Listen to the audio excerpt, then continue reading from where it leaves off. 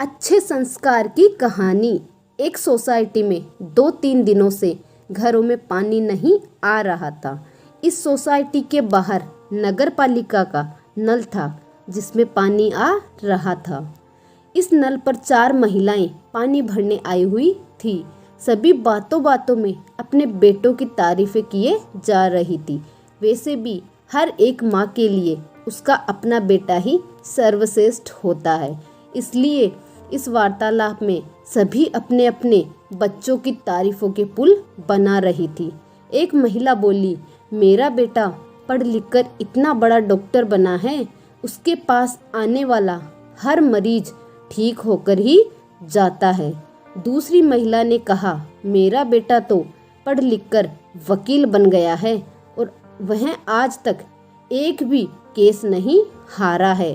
तीसरी महिला बोली, मेरे बेटे को पढ़ाई करना इतना ज़्यादा अच्छा लगता है कि वह पढ़ पढ़कर एक शिक्षक बन चुका है और अब दूसरे बच्चों को पढ़ाता है। तब थोड़ी सी साधारण सी दिखने वाली चौथी महिला बोली, मेरा बेटा वैसे तो ज़्यादा पढ़ा लिखा नहीं है, वह एक किसान है और अपने खेतों में बहुत मेहनत करता है। सारी महिलाएं आपस में बातें कर रही थी कि तब पहले महिला का बेटा जो एक बहुत बड़ा डॉक्टर है वहाँ से गुजरा। डॉक्टर साहब ने अपनी माँ और दूसरी औरतों को देखकर प्रणाम किया और वहाँ से चले गए। उसके बाद दूसरी और तीसरी महिला के भी बेटे एक के बाद एक वहाँ से गुजरे और सभी को नमस्कार करके वहाँ से चले गए।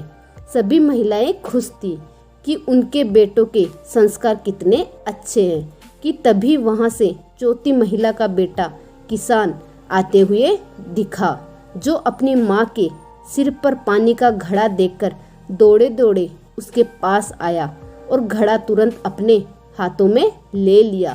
बेटा बोला, माँ भला तुम क्यों चली आई, मुझे बोल दिया होता तो मैं ही पानी ले आता।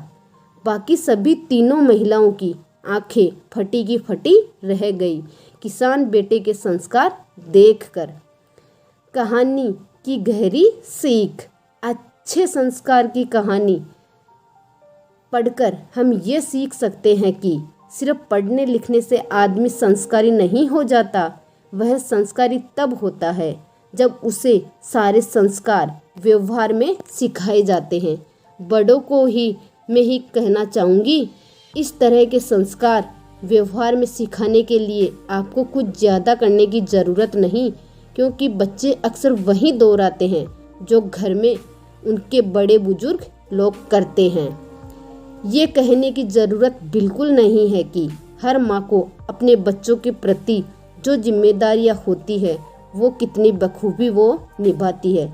ये कहानी सभी बच्चों के लिए है कि उनका ध्यान इस बात पर जाए कि हमारे बड़े अपनी जिम्मेदारियां नहीं भूलते तो हमें भी अपने संस्कार नहीं भूलने चाहिए। दोस्तों, क्या आपकी भी माँ या दादी माँ आपके नाम तारीफों की झंडी लगाती है? ये कहानी कैसी लगी? आप अपने विचार मेरे साथ साझा कर सकते हैं। Thank you.